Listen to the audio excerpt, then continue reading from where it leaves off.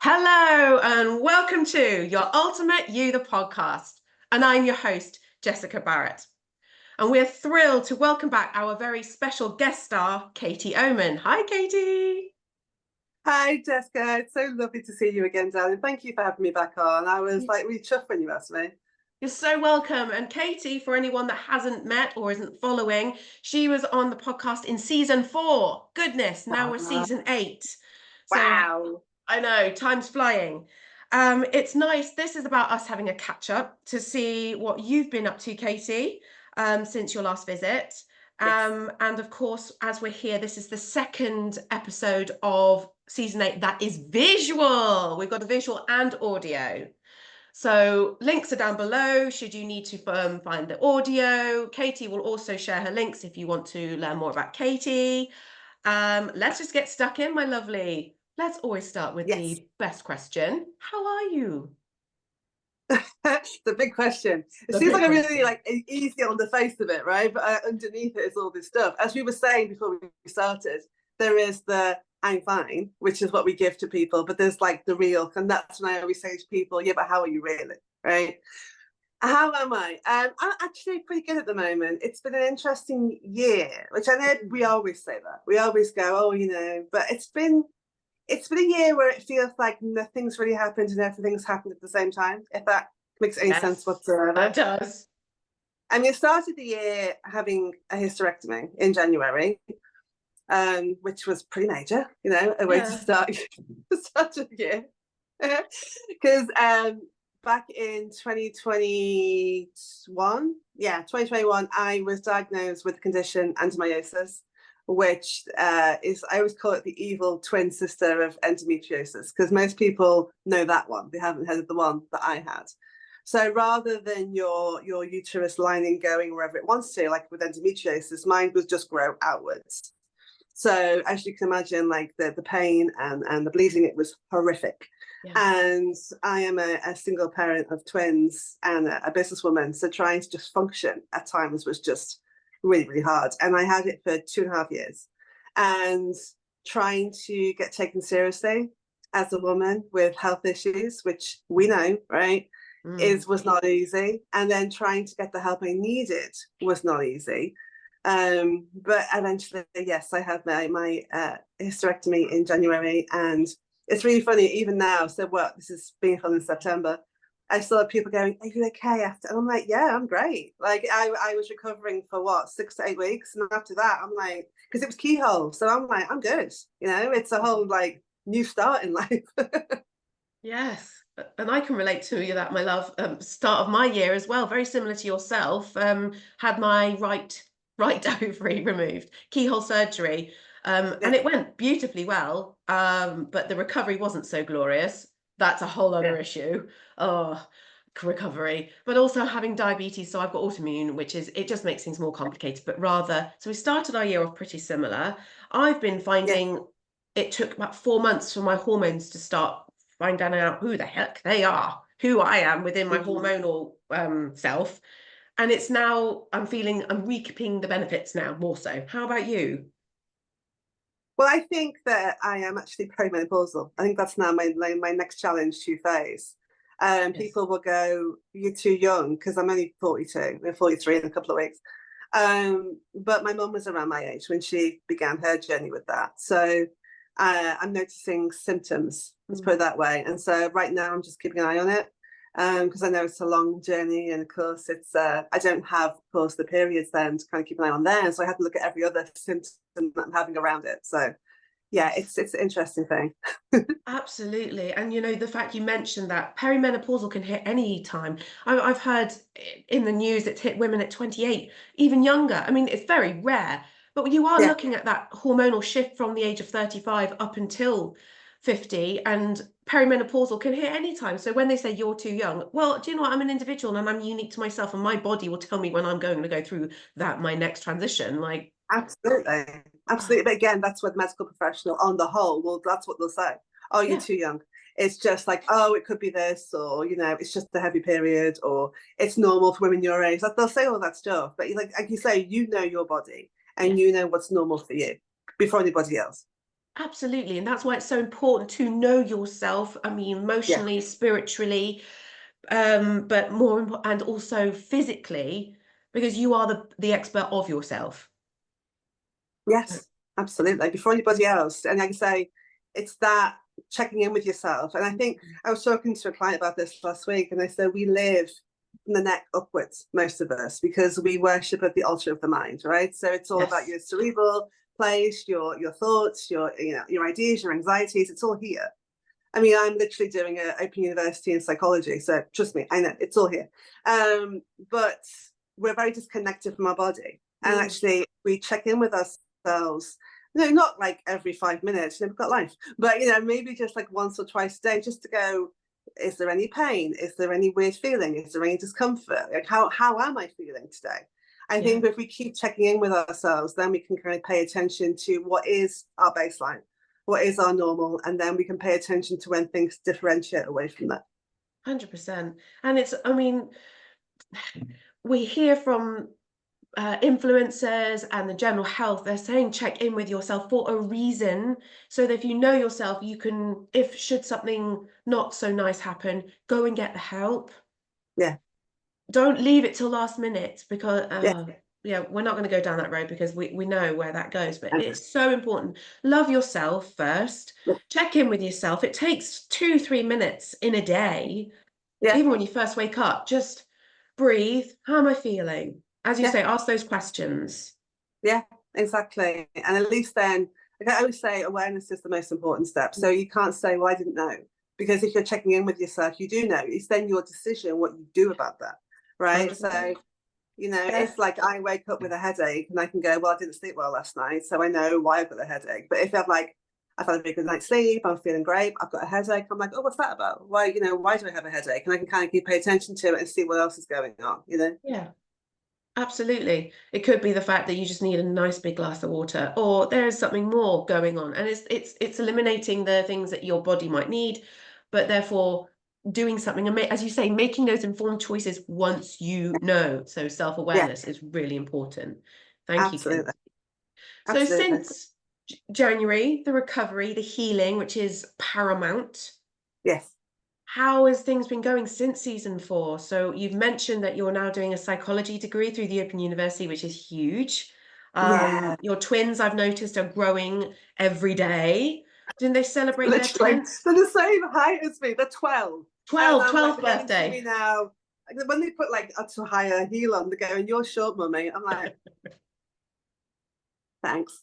Yeah, it is crazy. So they're my twins are 12. My eldest, he turned 22 last week. Wow. So it's just life. Having children, the passage of time is like you see it clearly. You You've do. got these people in front of you where you can't hide from the fact that everyone's getting older and time is ticking. But yeah, I mean, since I was last on, it's been I mean, professionally, I'm continuing to grow and develop. Now, not only do I offer coaching to help women, I also now do book coaching. So I help women to predominantly, I have one male client in Canada, but I predominantly help women to write and publish their own books. Because as you know, I have written and have my own books published, 9 and counting.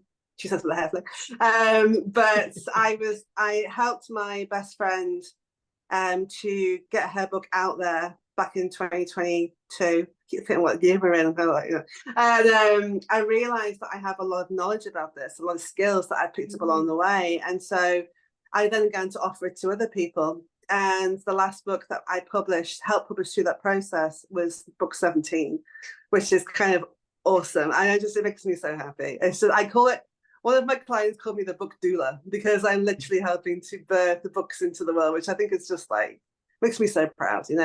Yeah, absolutely. And for anyone that doesn't know, Katie is a phenomenal author and collaborator and has actually pulled me into one of her stories, Rise. I think, was it your first one?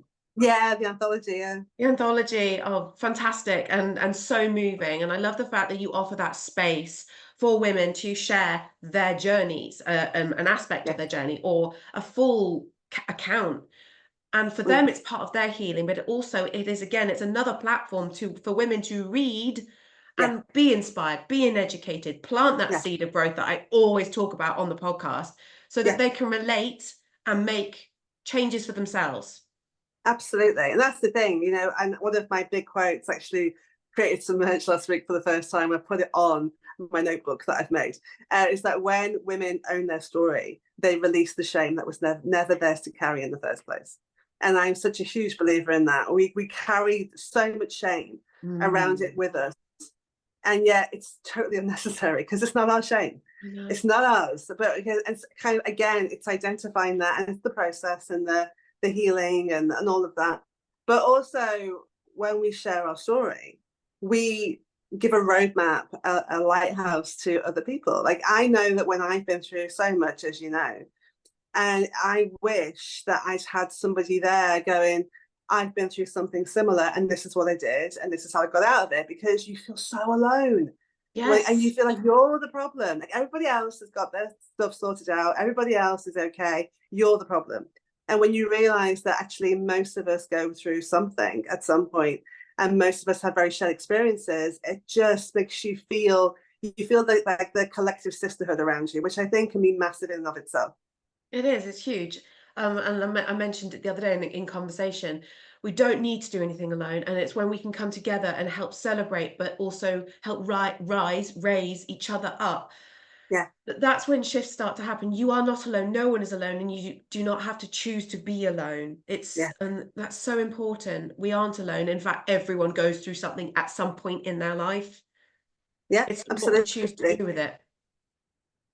But the modern world would have you believe is the illusion of separation. So we are told that, pull your bootstraps up, get tougher, get on with it.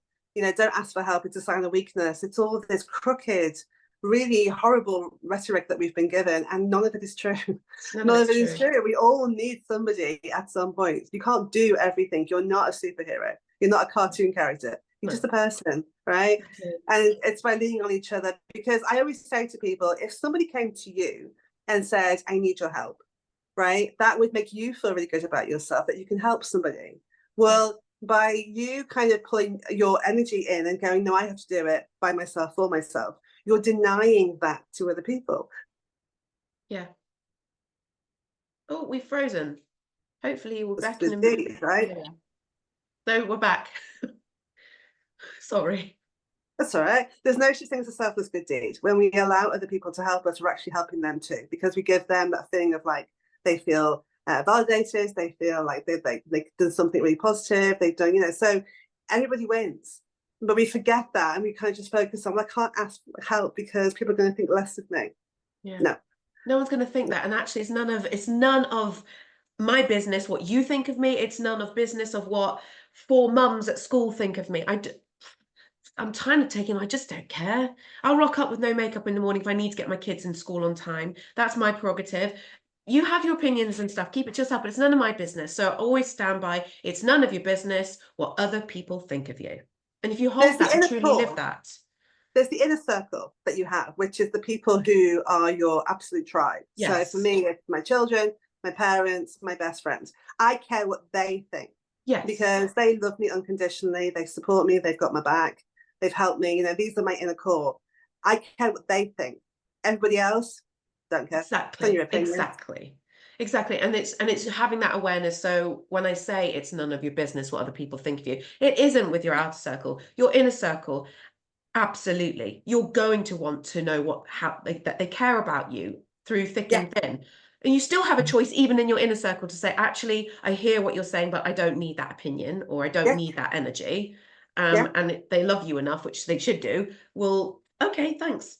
And they'll take it with love and light. And that's that Absolutely. two-way street of a relationship. Absolutely, absolutely. I get that completely. So that's kind of professionally where I'm at, and I'm continuing, of course, to do my events and all the good things that I do. Me, multi-passionate entrepreneur that I am. Love it. Personally, I've been on a real journey with my daughter. So again, I've got twins, got boy-girl twins. They're 12. My daughter, she's going through a referral right now for autism. Mhm. And this is the high school that she's at now. They've been great. She has a EHCP, which those that don't know is the educational plan that is legally binding until she's in her early 20s. and it's reviewed every year. So Yes. she gets support in school, which is great.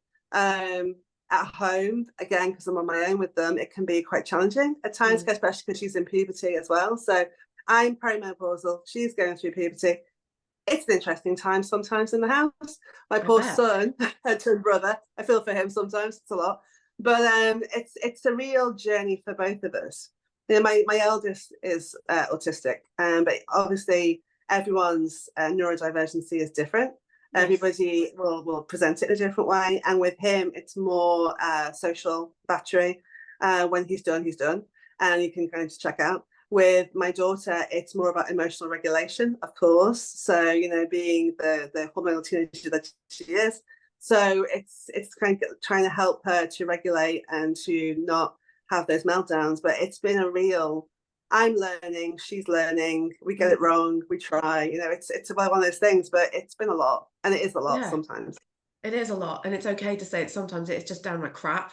It Yeah. is. It can be really crap. It can also be amazing, but when you have those moments of slight breakthroughs, when you've gone through, I don't know, I'd say a tantrum, that's including us adults in that Mm. moment, and you've come through and you've shifted and you've both come out with a resolution, Yeah. that is glorious in itself. And it's holding on to those moments, knowing that you can, when you're going through moments that it isn't working, and Yeah. if for whatever reason it's not working, as long as you can both come away and take that space and then Yeah. come back and reflect and talk a little bit, even if you're available, Yeah. that in itself is a win. You both all go Yeah. to bed fed, happy, bathed, whatever. That's a win. That really Yeah, is. absolutely. And I think one of the key things they were talking about self-love, self-care, Yeah. and as a mom dealing with that, I think what's really been something that I'm continuing to learn is that I'm important too. You know, as a mom, especially, I think that we sometimes forget that. You know, I can teach it to and help other women all day long. Which, you know, is normal. Self-care, self-worth, self-esteem, you know, all these things. And yet in the moment of my own life, sometimes I'm like, I'm tired. Why am I tired? And you're like, Katie, you know why you're tired. Just, you know, it's like we kind of forget ourselves Yeah. in the role and the routine of being a mother. Absolutely. And we need to check in very often and remind ourselves. I have these conversations all the time. As a mother of myself to 3 under 6, it is constantly, I still matter, you still matter. We are still people. We still have wishes and Yeah. dreams and feelings and values. And there is no excuse to ever park that, ever. No, no. Yes, your children are paramount, absolutely hands down, but so are you. How can your children get the best of what they truly deserve if you are depleted and have nothing? Let's bring it back to the cup analogy. Everyone knows that. You can't Yeah. pour from an empty cup.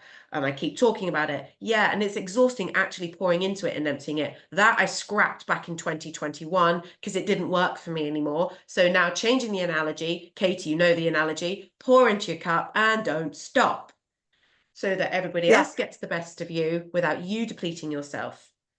It's called the cup and saucer analogy. Like So that.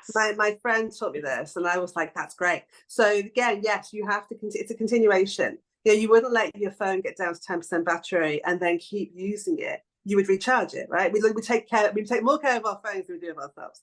So you have to kind of like keep pouring into yourself, keep nurturing yourself, keep listening to yourself, give yourself Yes. what you need, and so that your energy, your time, your care goes over the sides onto the saucer underneath, and it's the saucer you give to other people. You do not give your cup. Your cup is your cup, and it will always be your cup, and it's always full before anybody else.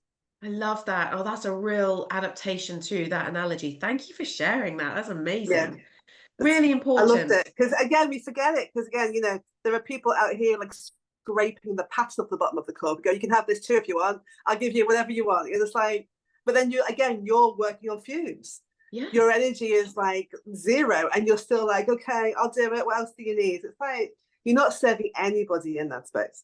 exactly. Exactly. And there will be days sometimes where your cup, it's also everything's gone, and that's okay. Tomorrow's a new day. You'll begin again. You'll start pouring into it and you don't stop. And I Yeah, get the question all the time.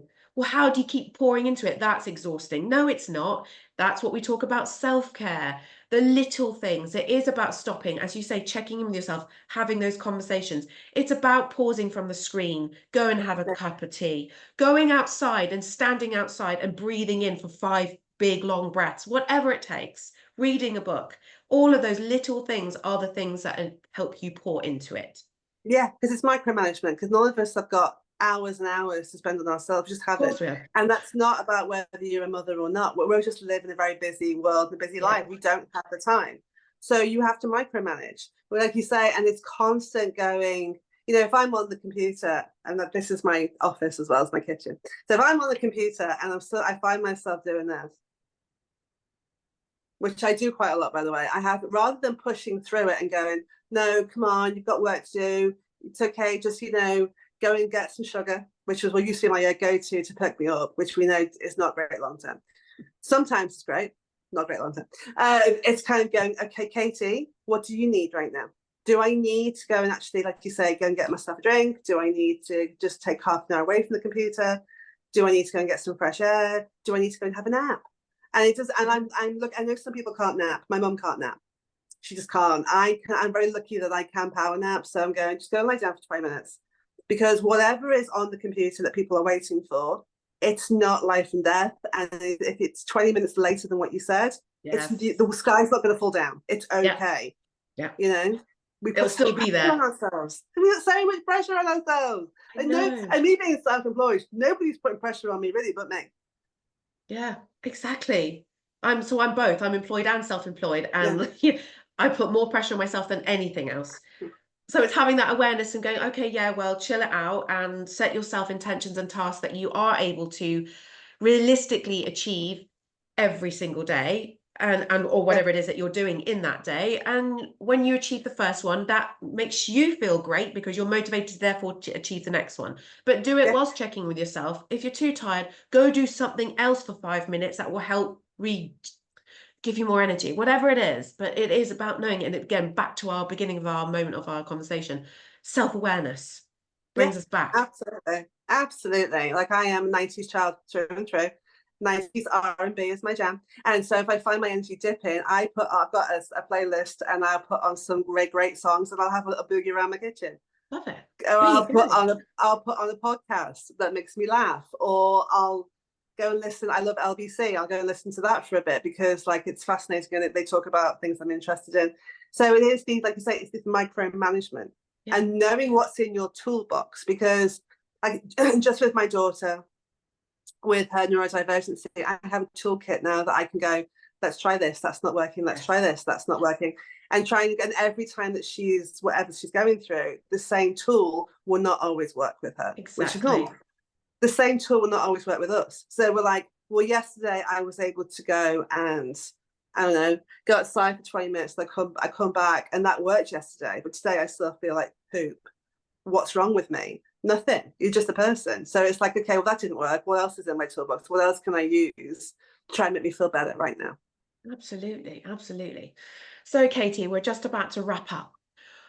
What's next? What's next for Oh, what's Katie? next? Do you know, it's funny. I used to have, I went to a talk a couple of years ago by an American author, and she said to us, there's two things. There's your big dream, and people go, what's your big dream? But there's your safe big dream, and there's your scary big dream, right? And I realized that I would tell people my safe big dream. So I was still kind of putting a glass ceiling on myself. I was keeping it manageable. I wasn't getting too big for my boots. I don't know if that's a British thing, could be, because you know you Probably. have to keep yourself humble and all that nonsense. Now I'm owning my big scary dreams, and I realize that it's not going to happen unless I own it. So my big movement kind of going forward is that I want to go as big as possible, well, globally with the work that I do. I am so passionate, as you know, about empowering women. It is my absolute bread and butter. It's my lifeline. And I realize that, you know, there are women everywhere that need empowerment. And I know I'm not the only person out there who's doing the work. I know it's not my job to save 8 billion people, but I want to do as much as I can with what I have. And I want to take it, you know, whether that's talks and books and television and retreats and works. I just want to take it as big as I possibly can, because it just, it just means the world to me. It really does. To see women just start believing in themselves and believing in their magic just warms my heart. So that's kind of the keep pushing forward and making it happen. Absolutely. And I love the fact that yeah, you're not going to do it for 8 billion, but guess what? If there's another million of you and us doing it, then we are going to raise that vibration, and women are eventually going to feel equal internally as well as externally, and make changes for themselves and not set ridiculous expectations and whatnot, and whatever that is for the individual in the context of their life. Thank you, Exactly. Katie. Thank you You're so very much. You've welcome. been incredible. It's been so nice to have a catch up with you. No doubt we will definitely catch up again, and I wish you all the best with your next steps. Thank you. You too, my darling. And keep doing these amazing interviews, because we need to keep raising people up and kind of sharing people's collective experiences. So you keep doing what you're doing too. I will do, my lovely. Thank you so much. And of course, thank you to the audience and the listeners for listening in and visually watching us. I'll have another incredible lady with you on the next episode. Take care, Katie. Bye, everyone. And you. Bye, everybody. Bye.